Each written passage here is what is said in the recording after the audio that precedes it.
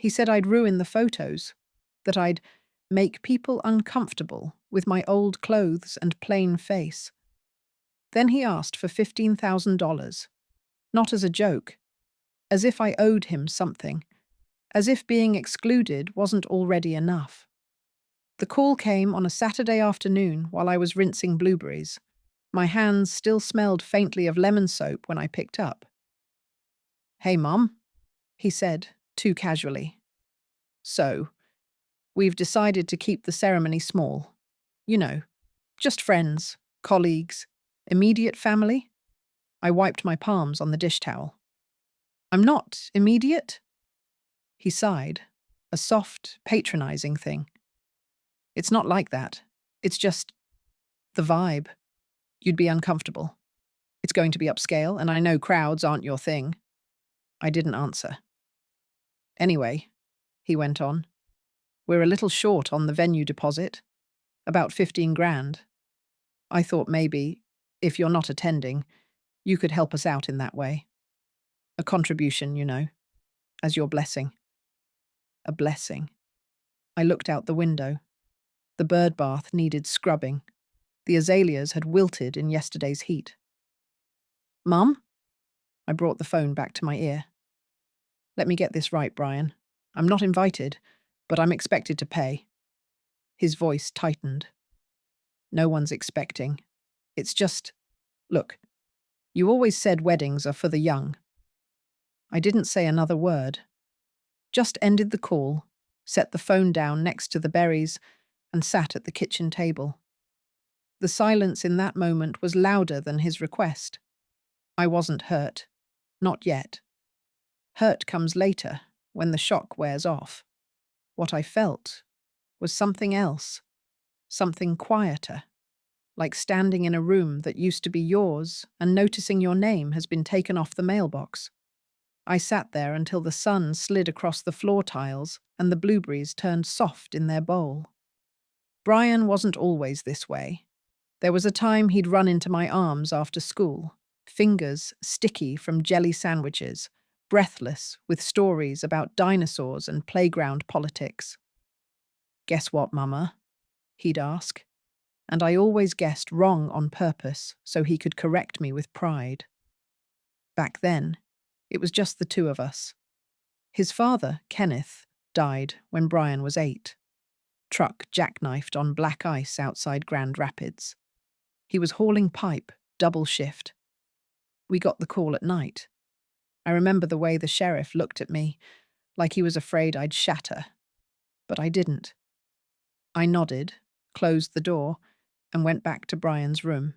He was still asleep, mouth open, one sock off. I didn't cry until morning. Then I cried into the dishwater and kept going. There was no insurance, no savings, just the little house and a boy who looked too much like his daddy to leave alone. I cleaned offices at night, folded clothes at the laundromat on weekends, and sewed hems for half the town. I said yes to everything: babysitting, dog walking, substitute lunch lady shifts. Whatever paid, I took. Brian never knew how hard it was. That was my choice. I packed his lunches with handwritten notes and ironed his shirts for debate club. He won state junior year. I clapped so hard I bruised my hands.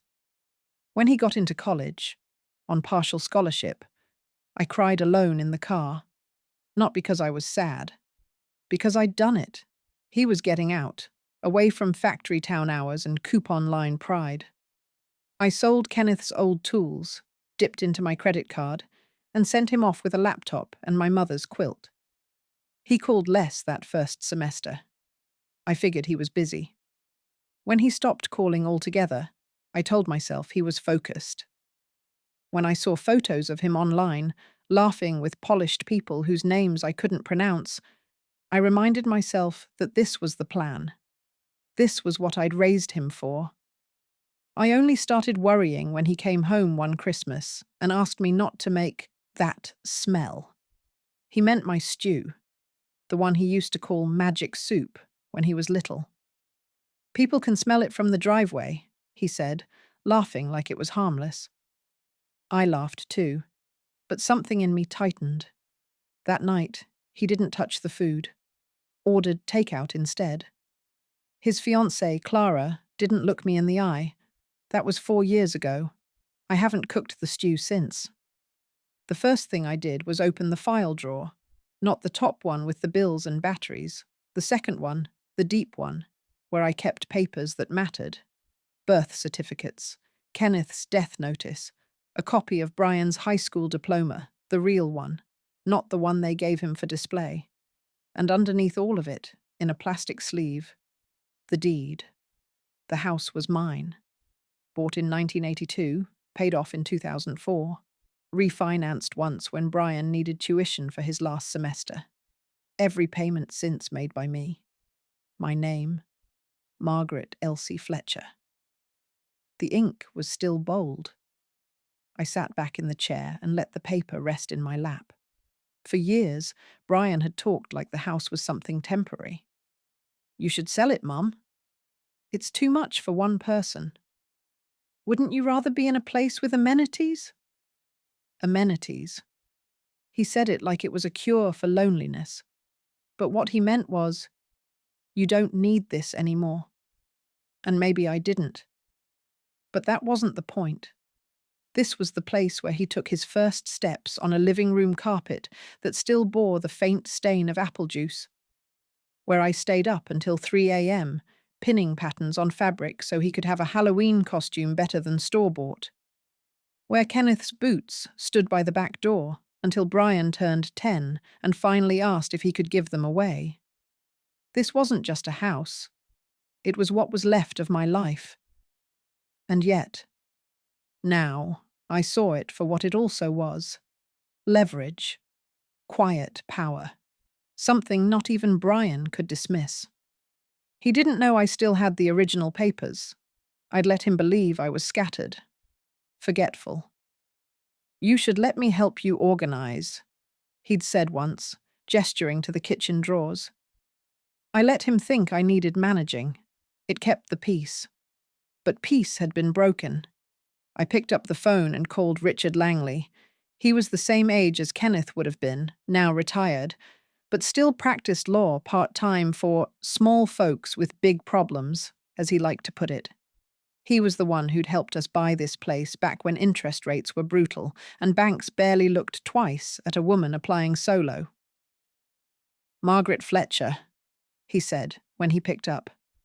"Now there's a name I haven't heard in 100 dog years." "Hello, Richard," I said. "I need your help." His tone changed.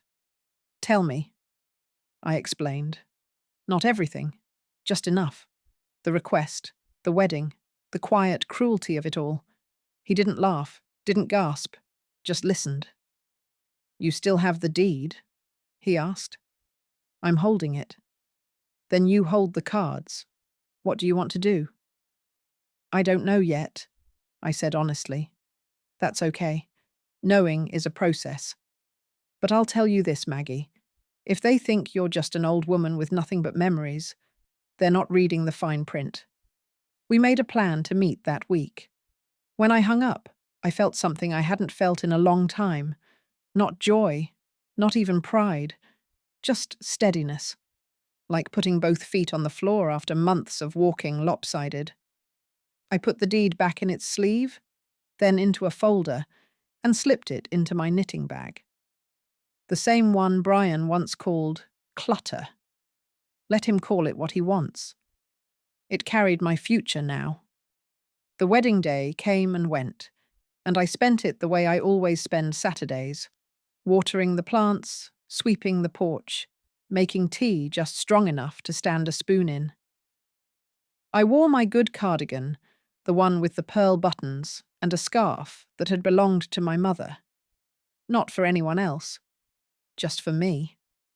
Outside, the wind pressed against the windows like a child looking in. Inside, it was quiet. Beautifully so. I didn't check the time. I didn't wonder what song they danced to, or whether they toasted with champagne, or one of those craft cocktails Clara liked to post about. I didn't ask who walked him down the aisle in my place. I didn't want to know. Instead, I sat at the kitchen table and reread the papers Richard had drawn up.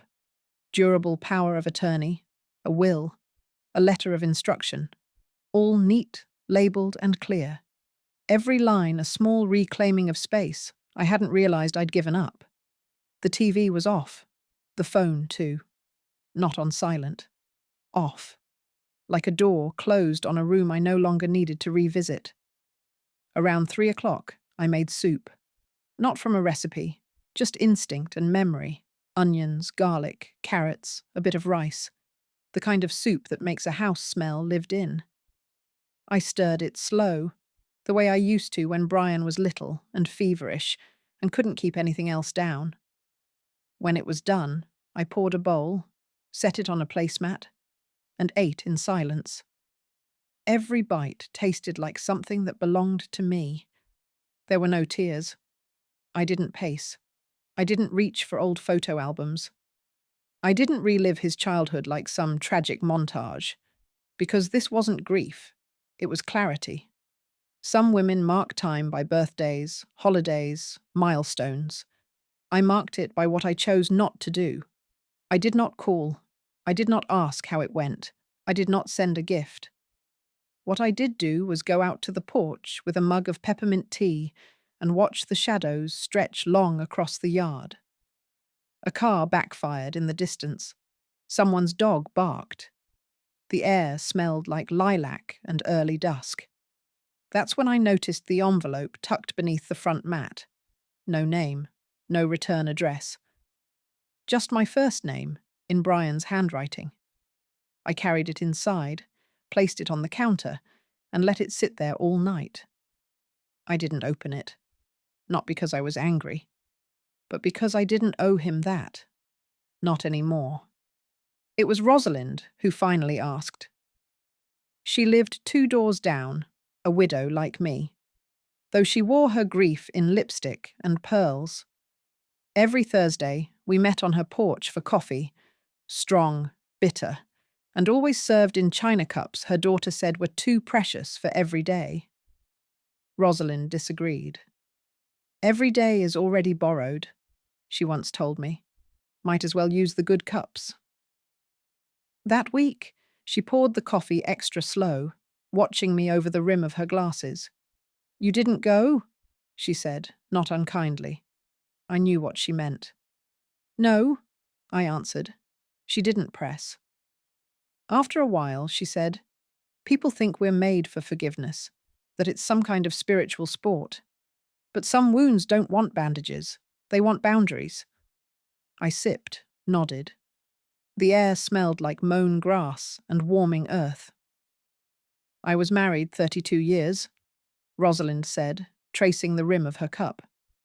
When Gerald died, his sister told me I could keep the dining set if I didn't remarry, as if I needed permission to hold on to my own memories.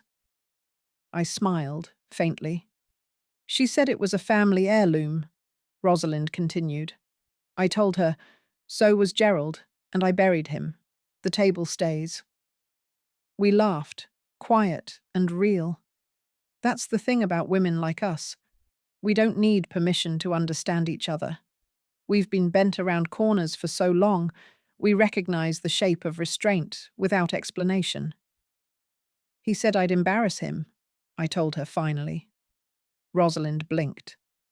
"Your son?" I nodded. "Said I'd ruin the aesthetic, whatever that means."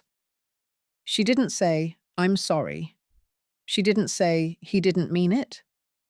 She just set her cup down and said, "Then you did the right thing not to go." We sat like that a while, 2 women who'd raised men into strangers. Before I left, she reached into a drawer and handed me something wrapped in a floral napkin. "Take it," she said. "You'll know when to use it." At home, I unwrapped it. A silver pen, old, heavy, real, the kind meant for signatures, not shopping lists. That night, I opened Brian's envelope, not because I needed to, because I wanted to end the curiosity. Inside, a thank you card, ivory with gold script, blank on the inside except for 2 lines. "Appreciate the help. Everything went beautifully.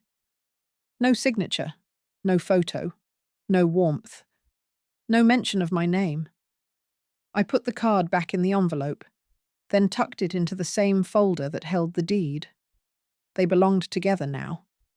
I didn't plan to send the money, not at first. But there's a particular cruelty in being treated like a bank without a name, and I decided if I was going to be used, I'd do the using too. So I wrote the check. $15,000, neat and precise, signed with Rosalind's silver pen. But I didn't send it alone. I attached a letter. Brief. Unsentimental. Brian. Enclosed is the amount you requested. I'm sure it helped make the day as perfect as you envisioned. Please note, this is not a gift. It is an advance. I have adjusted my will accordingly. This amount will be deducted from any future inheritance you assumed you might receive. If that causes confusion or concern, I suggest you read more carefully next time. Regards, M.E. Fletcher. No love, Mom. No apologies, no permission. I folded the check and the letter together, sealed the envelope, and mailed it certified. 2 days later, I received confirmation that it had been signed for by Clara. Of course. I imagined her opening it with her manicured fingers, expecting gratitude and softness. Instead, finding terms and arithmetic. I didn't expect a thank you, and I didn't get one. That week, I baked a rhubarb pie and brought it to Rosalind's porch. We ate it with forks straight from the tin, no plates. "What's next?" she asked, licking a bit of filling from her thumb. "Next," I echoed. She nodded. "You gave him the money, but you didn't give him the last word." I tilted my head. "You think I should have kept it?" "I think," she said, tapping the crust, "you finally spoke his language. Money, lines, rules, and now he's on notice." I thought about that. For so long, I'd measured love in effort, in late nights, in folded socks, in warm meals. But Brian measured in influence, in leverage, in control. Maybe that wasn't my failure. Maybe it was my first real lesson in fluency. I spent the next morning going through my filing cabinet again, the old insurance papers, Kenneth's service medals, the letters Brian wrote from college, years of thank yous that dwindled into silence. And at the very bottom, the folder marked State. I hadn't opened it in a decade. I read through every line of the will I'd drafted in 2009. It left everything to Brian, the house, the savings, my modest investments. And then I opened a fresh file. This time I started with a different question. Who do I trust to remember me kindly? It was a short list, but a clear one. By sunset, I had typed a new will and made a note to call Richard in the morning. Brian would get exactly what he'd earned, a deduction, a distance, and a lesson. Richard didn't ask questions. He never did. That's why I trusted him. We met at his office on Maple Avenue, in the same building he'd rented since the 80s. Same flickering hallway light. Same receptionist with red glasses and a tired smile. Familiar things. Things that stayed put. He poured the coffee himself. No fuss, no cream. Just the way Kenneth used to drink it. "You want to rewrite the whole thing?" he asked, flipping through the folder I'd brought. "Yes." He nodded. "Anyone still on the beneficiary list?" I hesitated, then said, "Just me." He chuckled. "I can arrange that." I handed him the letter too, the one I'd sent with the check. He read it slowly, then raised an eyebrow. "This is very precise. I want it included. As an addendum. As a warning."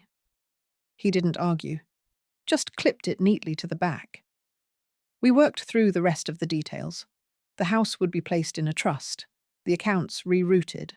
A modest donation to the community library where I volunteered before arthritis took my hands. A small fund earmarked for Rosalind, Not out of charity, but recognition. She once said, "I've buried 2 husbands and raised 3 sons, but you're the first woman who saw me. That matters more than blood." By the time we were done, the sun had moved past the blinds and left striped shadows on the desk. Richard leaned back. "So that's that." I looked at the papers, at the stack of signatures and seals and stapled declarations. "Do you ever wonder," I asked, "why some children turn out kind and others just don't?" He considered that. "I think some folks never learn to see their parents as people, just props." "Props?" He nodded. "They put you in the background, feed you a line when it suits the moment, then get mad when you stop playing along." I let that settle. He wasn't wrong. "I should have set boundaries earlier," I said. "Maybe. Or maybe he just thought you never would." He didn't say it with judgment, just fact. Before I left, he handed me a sealed copy of the new will and a flash drive with digital records. "Keep these safe." I put them in my bag, next to my wallet, and the key to the lockbox under my bed.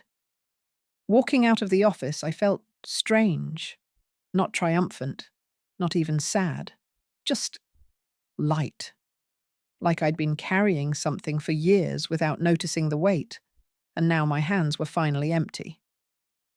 Outside, the wind had picked up. Dry leaves chased each other along the curb. I pulled my coat tighter, walked home slow, and let the day fall around me without resistance. That evening, I made tea and stared out the window for a long while. I didn't think of Brian. I thought of Kenneth, of the promise he made before he died. "Raise him strong, Maggie. Don't let him grow soft with excuses." I did raise him strong. He just chose soft where it counted. The notebook was where I always left it. Bottom drawer, beneath the scarves I never wore anymore, and a box of letters that no longer needed answering. It was leather-bound, soft at the corners, pages yellowing slightly at the edges. Brian gave it to me one Mother's Day, back when he still made things instead of buying them. "To write down your stories," he'd said, grinning, "so I can read them when you're famous." He was 10. I had cried, quietly, after he went to bed. I opened it now and flipped past the early pages, recipes, grocery lists, church notes, and landed on the back half. That's where the numbers began. 1999, 480, Brian's cleats and uniform fees. 2003, $2,100, college textbooks, spring semester. 2004, $950, dental work he couldn't afford on campus. 2006, $5,000, car down payment after he totaled the old one. 2009, $6,200, Clara's grad school deposit, and on it went, line after line, a quiet ledger of motherhood. Not complaints, just memory, tallied in dollars and cents. When I began keeping track, I wasn't angry. I just didn't want to forget. Kindness has a way of vanishing if you don't write it down. And I knew, even then, that there might come a day when he'd say, "You never really did anything for me." The numbers were my insurance against revision. I copied them now, every entry, onto fresh paper. Not because I needed to prove anything, because someday, if anyone asked why I chose what I chose, I wanted the evidence to be clear. I included the $15,000 wedding check. I titled the final page, simply, "Total, $82,740. I sat back in the chair and exhaled. That number didn't hurt. What hurt was how invisible it had become, how easily forgotten, as if money spent from a mother's pocket came from nowhere at all. Later that evening I made 2 copies, one for the safe, one for Richard. I didn't plan to send it to Brian. Not yet. Maybe not ever. Some things don't need to be said aloud to be true. They just need to exist. That night, I slept with the notebook under my pillow, not because I was afraid he'd come for it, but because for the first time in years, I wanted to keep myself close. They came over for dinner 3 weeks later, unannounced. I heard the tires crunch the gravel, and by the time I opened the door, Clara was already halfway up the porch with a bottle of wine I'd never heard of and a smile that looked photocopied. Brian followed behind, hands in his pockets, eyes scanning the doorway like he expected someone else to open it. I didn't say hello. I just stepped aside. "Oh, good," Clara chirped. "You're not busy?" I was, roasting chicken, peeling potatoes. But I didn't argue. Arguing would have implied I owed them something. Instead, I said, "Take off your shoes if you're staying," and returned to the kitchen. They sat at the table like guests who'd been expected. Brian asked about the garden. Clara complimented the placemats. Neither mentioned the wedding. I didn't offer small talk. I set down plates, poured water, and served dinner without fuss. I didn't light candles. I didn't apologize for the lack of dessert. Halfway through the meal, Clara cleared her throat. "So," she said brightly, "we wanted to stop by, just to reconnect." I nodded, but said nothing. "We've been talking about family," Brian added, cutting his chicken slowly. "About how important it is." Still, I waited. Clara tried again. "And we thought, well, maybe it would be nice to plan something around the holidays. Just the three of us. A getaway." "A getaway," I repeated. "Something cozy, private. You know, start fresh." I looked at Brian. "You came all this way to invite me on vacation?" He shifted in his seat. "No, not exactly." There it was, the hesitation, the stumble. Clara picked up the thread. "We've also been thinking long-term," she said. "About planning, financially. It's something all families should do." "Estate planning," Brian added quickly. "Just so everyone's on the same page." My fork paused mid-air. "So you want me to tell you what's in my will?" He smiled, tight and polished. "No pressure. Just transparency. We're not asking for anything. It's just responsible." I looked between them, then down at my plate. The chicken was overdone. I hadn't even noticed. "Have you talked to Richard?" I asked. Clara blinked. "Your lawyer?" I nodded. "No," she said carefully. "Should we?" "You're welcome to," I said, standing. "But he won't tell you anything. Not unless you're named, which, depending on the draft you read, is unlikely." The silence thickened. Brian set his fork down. "Mum, we're just trying to make sure you're protected." "I am," I said. "More than you think." He looked at me then, really looked. And for a flicker of a second I saw it. The boy who used to hand me dandelions with muddy fingers. The boy who once cried when I forgot to pack his red lunchbox. But it passed. Clara stood. "Thank you for dinner." I walked them to the door, watched them slide back into their car without another word. As they pulled away, I caught my reflection in the glass. I didn't look angry or sad. I looked like someone who'd just remembered what silence can build. The letter was simple. 2 pages, typed, legal in tone. Not cold, just clear.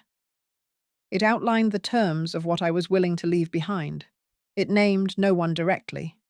It promised no inheritance, no property, no account access without prior agreement. It was not a threat. It was a condition. I mailed it, registered. Not to Brian, but to their apartment. Addressed jointly. 3 days later, the call came. "Mom?" Brian said, voice carefully neutral. "We got your letter?" "I know." "I don't understand." "Yes, you do," I said. Silence. Then, "You're saying if we don't sign this, you'll cut us out of everything?"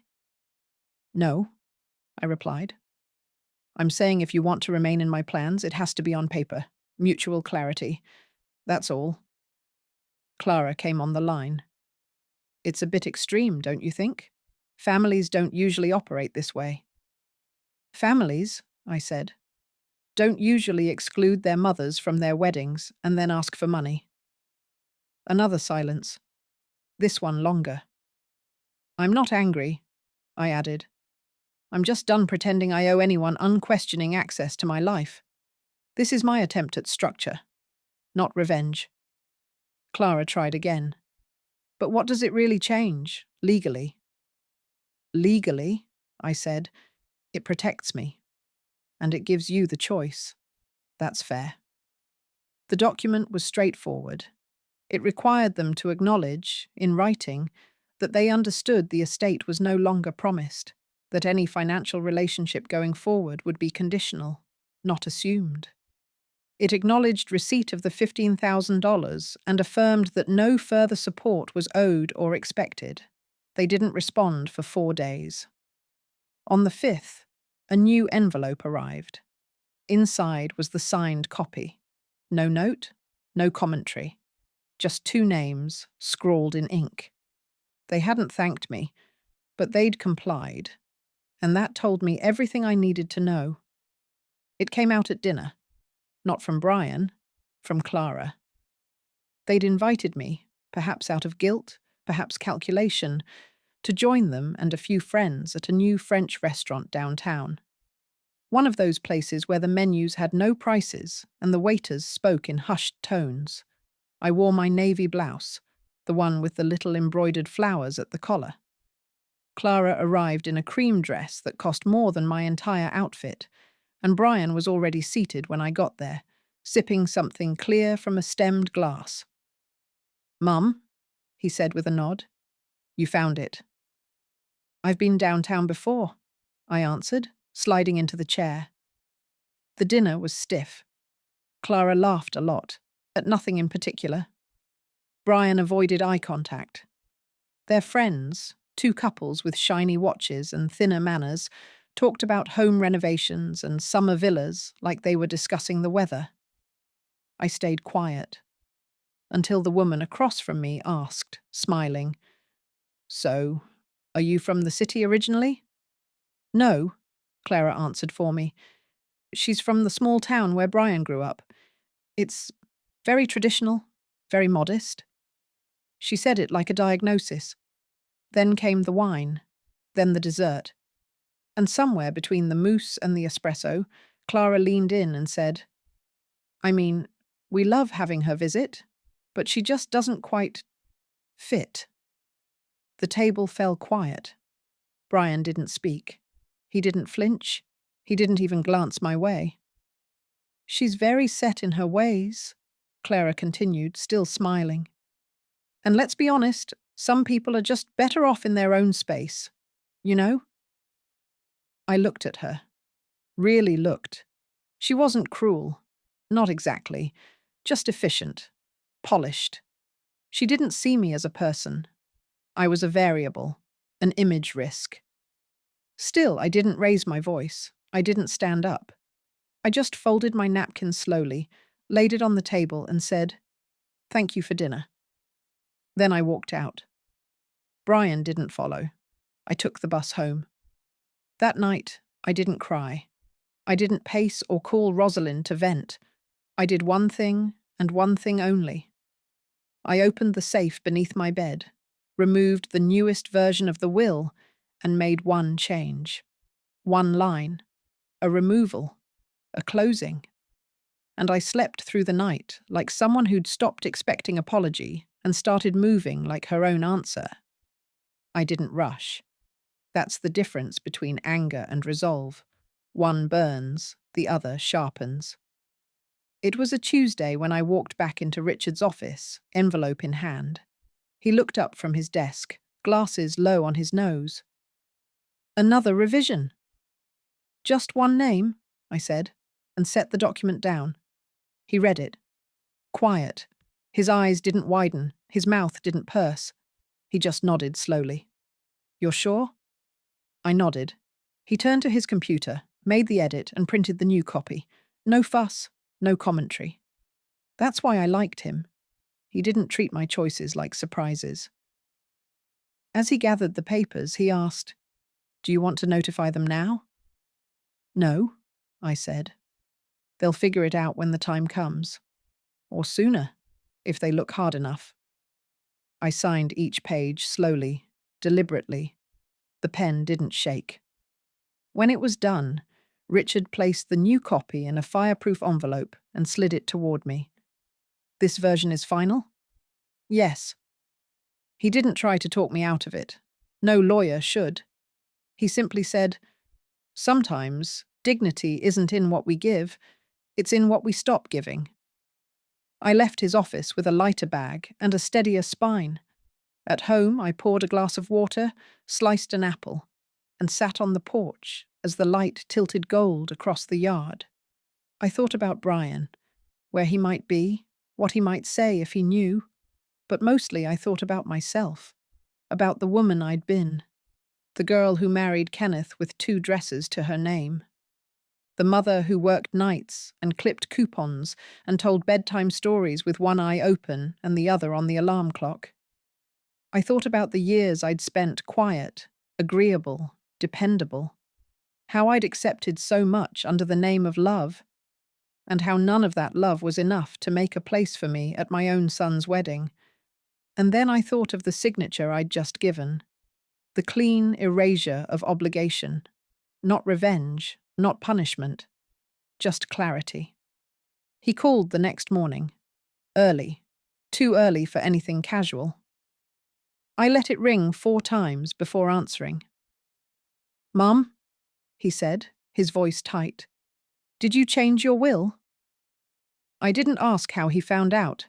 I knew Clara had a friend in legal circles, the kind who whisper when they think no one hears.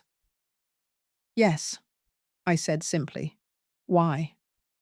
The word cracked on the line, half disbelief, half accusation. "I thought it was time."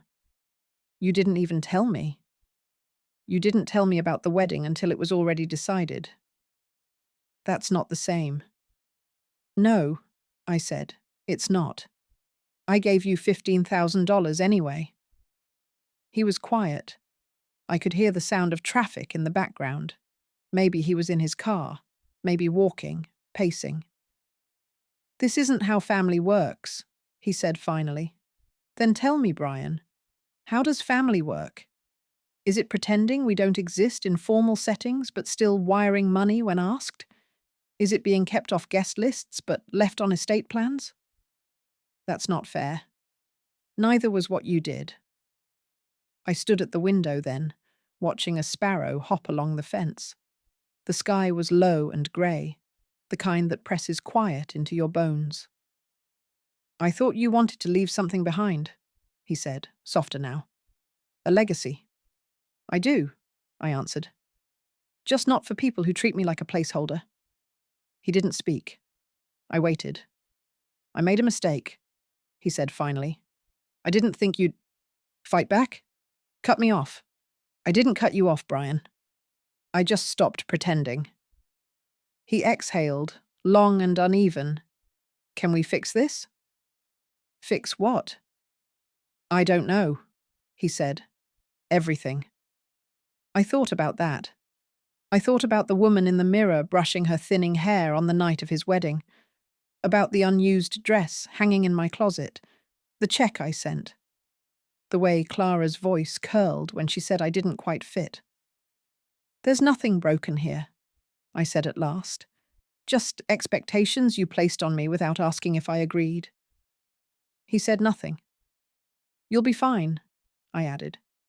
"You've built a life that doesn't include me. I'm just catching up." "You don't mean that." "I do." And then, gently, I said, "Goodbye, Brian." I hung up, not out of anger, not as a door slammed shut, but like someone placing a photo back in a box after finally realizing she didn't need it to remember who she was. I didn't pack everything, just what mattered. 2 suitcases, 1 small wooden box, a folder of documents, 3 cardigans, a cast-iron skillet that had belonged to my mother, the silver pen Rosalind gave me, and the notebook. Everything else I left behind. Furniture, curtains. photographs in frames, the echo of birthdays, quiet winters, and decades of holding a house together with soft hands and hard choices. I wasn't selling the house. Not yet. I wasn't running either. I was simply relocating, choosing space, choosing stillness. The new place wasn't grand. A modest apartment on the third floor of a quiet senior living complex. Not the kind with bingo and bus trips, just quiet corridors, soft carpeting, and windows that opened wide enough to let the air in. The walls were bare. The bed was narrow, but it was mine. On move-in day, Rosalind came with me. She brought a plant in a chipped clay pot and a box of shortbread cookies she'd made from an old recipe. "You know," she said, setting the plant by the window, "I always thought this day would wreck you." "Why?" "Because letting go of a place that raised your child feels like letting go of the child." I shook my head. That house raised me too. But it's not my job to stay behind in the name of memory. We sat on the small balcony with 2 cups of tea and watched the late afternoon light slide over the neighboring rooftops. "You're not angry," she said, watching me closely. "No," I answered. "Just finished." There's a difference. Anger wants to fight. Finished just wants peace. I had learned that lesson too late for a lot of things, but just in time for myself. That night, I hung one thing on the wall, a small print Kenneth had bought at a flea market in 1981. It was faded now, the frame scratched. But I liked the image. A rowboat on still water, tied loosely to the dock. Waiting, but not desperate. I stood back, looked at it, then turned on the lamp and made myself a plate of toast and fruit. No one interrupted my evening. No one sighed when I left the kettle on the stove. No one asked me what I'd contributed. I sat at my table, sliced my pear, and let the silence be exactly what it was. Mine. The first night I slept without dreams. No slow-motion memories, no imagined arguments, no rooms full of voices that only ever spoke when I wasn't ready to answer. Just sleep, deep, ordinary, and mine. Morning came soft and golden, filtering through sheer curtains I'd picked out myself. No one else's taste, no one else's opinion. I made coffee in silence, walked barefoot across the warm floor, and stood by the window, watching the city blink awake. That afternoon, I unpacked the small wooden box. Inside were folded letters, old photographs, a pair of glasses that no longer fit my prescription, and the last birthday card Brian had ever given me, 10 years ago. It was blue, with a picture of a cat wearing a crown. Inside, "Thanks for always being there. Love, B." No apology, no explanation. I placed it back inside the box, not with anger, not with grief, just a quiet goodbye. Later that week, I walked down the hallway to the shared lounge. A woman named June sat knitting by the window. She had silver hair, careful hands, and a jar of hard candies she never offered, but always kept nearby. "You're new," she said, without looking up. "I am." She nodded. "We don't get many with quiet eyes." I smiled. "Maybe I used to speak too softly." "Or maybe," she said, "you were never really asked to speak." We sat in silence, her yarn clicking softly between us. It felt like a beginning. That evening I opened the notebook again, not to count, not to document, just to write. I wrote about the apartment, the sound of the faucet, the way the floor creaked when I walked to the kitchen. I wrote about June and her careful fingers, about the birds that visited the railing each morning and the way the sun caught the corner of the mirror at 4 p.m. every day, like clockwork. I wrote, "I am not someone's lesson. I am not someone's guilt. I am not a mother who failed. I am a woman who remembered in time." And then I closed the notebook and poured myself a cup of tea. My phone still rings sometimes. Brian, Clara, unknown numbers. I keep it on silent. I don't block them. I don't need to. Silence is its own answer. Once, a letter came. His handwriting on the envelope. No return address. I didn't open it. Some stories don't need sequels. Some truths don't need revisiting. I haven't shut the door forever. I've just closed it gently. If he knocks, I'll decide then. But he won't find the woman who waited in kitchens and measured her worth in usefulness. He'll find someone else. Someone who doesn't beg to be included. Someone who isn't afraid to leave the table when she's no longer welcomed. Someone who drinks her tea while it's still hot, not after everyone else has finished. If you've ever been left off the list, uninvited, uncounted, if you've ever been asked to give without being given space, then you know what I mean when I say this. I didn't lose a son. I remembered a self. And if that truth rings in you, if it burns behind your ribs or settles heavy in your chest, then hear me now. You're not alone. Subscribe to Grandma True Stories. Because here, we don't raise our voices. We write them down. We fold them into paper, into memory, into proof, and we place them gently into the world, where they cannot be erased